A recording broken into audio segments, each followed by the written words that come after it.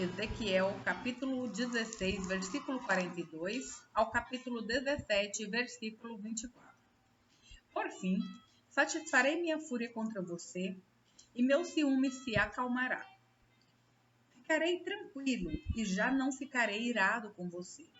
Primeiro, porém, uma vez que você não se lembrou de sua juventude, mas provocou minha ira com todas as suas maldades, eu lhe darei o castigo merecido por sua conduta, diz o Senhor soberano. Pois a todos os seus pecados detestáveis você acrescentou a depravação.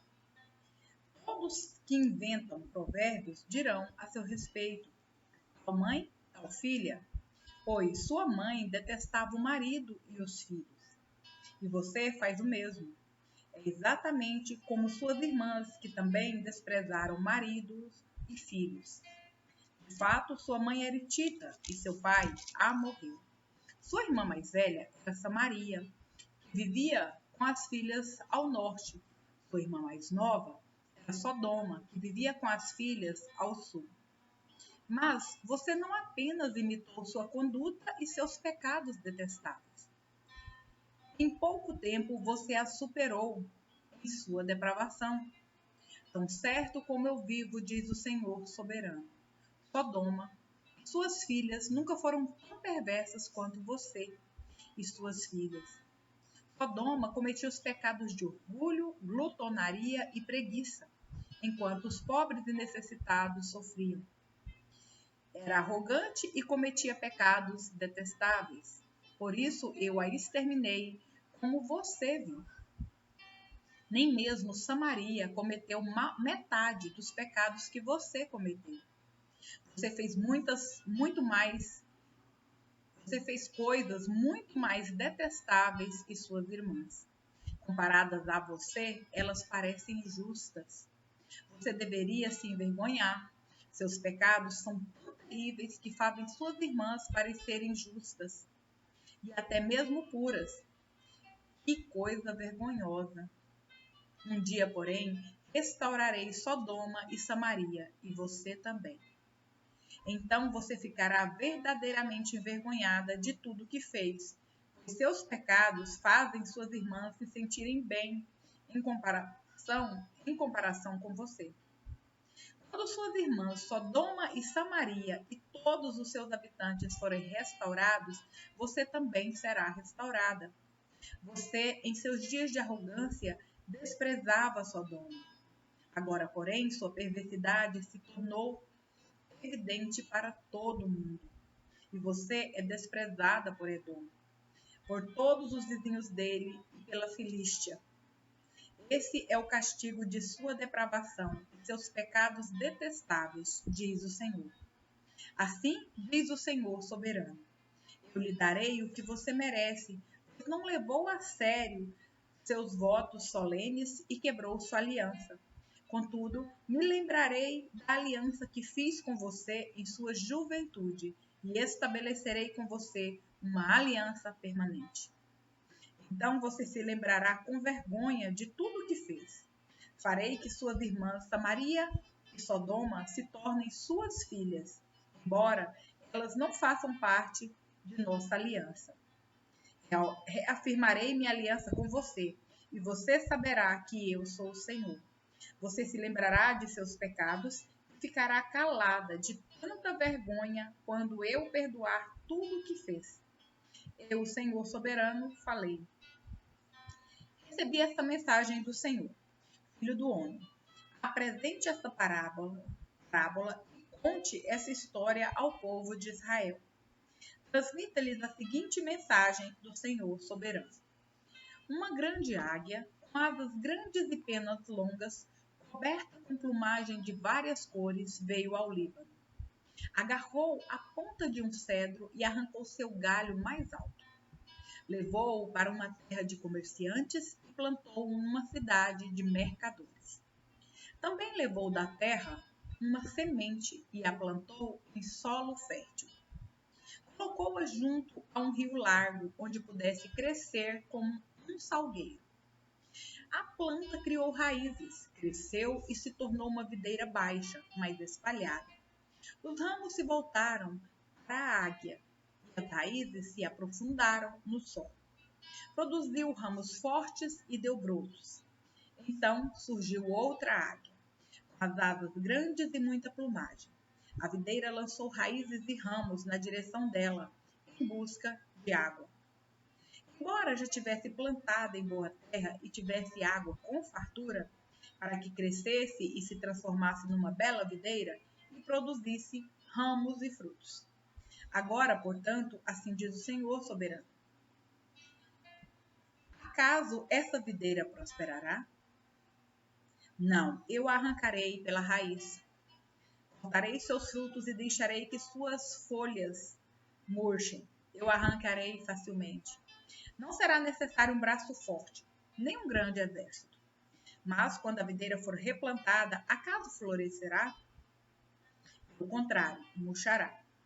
Quando o vento do leste soprar contra ela, morrerá na mesma terra onde havia crescido. Então recebi essa mensagem do Senhor: diga a este povo rebelde: vocês não entendem o que significa essa parábola?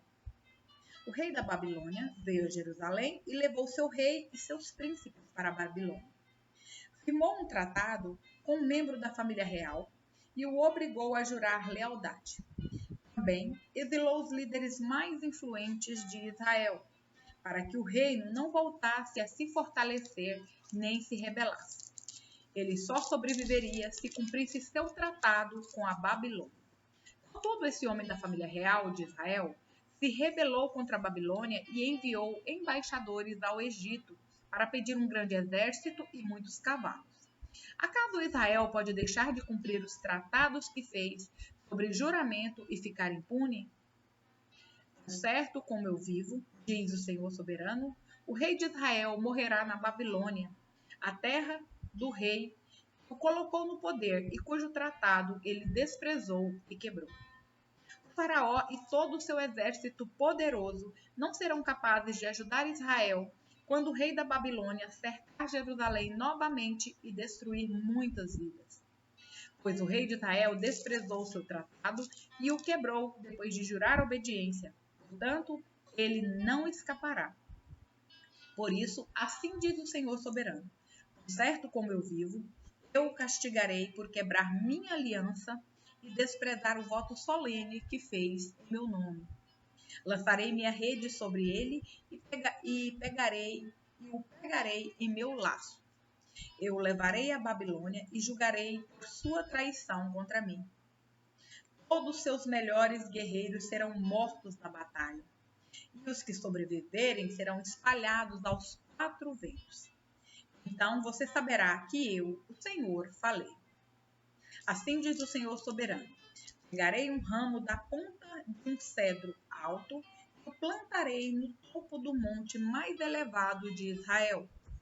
Ele se tornará um cedro majestoso que estenderá seus ramos e produzirá sementes. Aves de toda espécie farão ninhos ali e encontrarão abrigo à sombra de seus ramos. E todas as árvores saberão que eu, o Senhor, debulho a árvore alta e faço crescer a árvore baixa. Faço a árvore verde murchar e dou vida à árvore seca.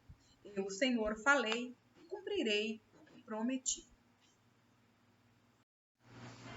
Hebreus, capítulo 8, versículo 1 ao 13. O mais importante é que temos um sumo sacerdote sentado no lugar de honra, à direita do trono de Deus, majestoso no céu. Ele ministra ali no verdadeiro tabernáculo, o santuário construído pelo Senhor, e não por mãos humanas. E visto que todo sumo sacerdote deve apresentar ofertas e sacrifícios, era necessário que esse sumo sacerdote também apresentasse uma oferta. Se ele estivesse aqui na terra, nem seria sacerdote, pois já existem sacerdotes que apresentam as ofertas exigidas pela lei. O serviço sacerdotal que eles realizam é apenas uma representação. uma sombra das coisas celestiais.